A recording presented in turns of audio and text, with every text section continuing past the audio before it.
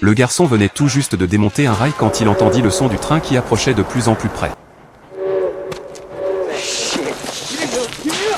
Ils remettent rapidement les rails en place. Mais même s'ils font tout leur possible, ils n'ont pas réussi à mettre les rails à leur position d'origine. Si le train arrivait, ils dérailleraient forcément. Pour éviter un accident, ils se précipitèrent vers le train afin de l'arrêter. Pourtant, le train ne ralentit pas. En réalité, cette voie ferrée était abandonnée depuis de nombreuses années. Alors ils sont venus à la station de recyclage avec les rails, puis acheter un acier à haute résistance avec l'argent de la vente de rails. Tout ce qu'ils faisaient avait pour but de réaliser leur rêve de fusée. Pour obtenir du carburant pour fusée, ils mélangent du sucre blanc avec du chlorate de potassium dans les cours expérimentaux et chauffent avec une lampe à alcool. Effectivement, une petite explosion se produisit. À ce moment-là, le professeur s'approcha soudainement. Ils jetèrent aussitôt les matières explosives restantes dans les égouts. Mais leurs camarades de classe n'étaient au courant de rien. L'ensemble du laboratoire avait failli devenir leur lieu d'incinération. Pourtant, le garçon était excité, car cela prouvait qu'ils avaient réussi à fabriquer du carburant. Cependant, lorsqu'ils allumèrent la fusée, le souffle puissant de l'explosion les renversa instantanément.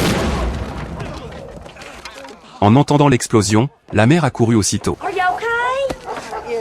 It's 6 months for the company carpenter to finally get around to putting up that fence. Didn't I tell you not to blow yourself up? Quand Homer exposa à sa famille son idée de construire une fusée, il fut accueilli par les moqueries sans pitié des siens.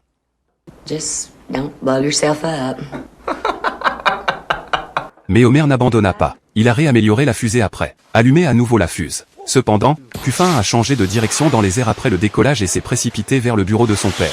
Les camarades, effrayés, s'enfuirent immédiatement. Mais Homer, inquiet pour la sécurité de son père, se précipita sans hésiter en direction du bureau. Le père était à la porte avec les restes de la fusée. Homer n'a pas eu le temps d'expliquer. Son père dénigra son rêve, et lui interdit de continuer à fabriquer des fusées dans la mine. Non seulement son père jeta la fusée à la poubelle, mais il jeta aussi tous ses matériaux d'expérimentation. Les rêves non soutenus sont comme des graines dans le désert, qui, malgré les intempéries, finira par germer dans l'adversité. Les échecs répétés firent prendre à Homer conscience qu'il était impossible de réussir sans connaissances théoriques suffisantes. Il consulta donc tous les livres de la bibliothèque.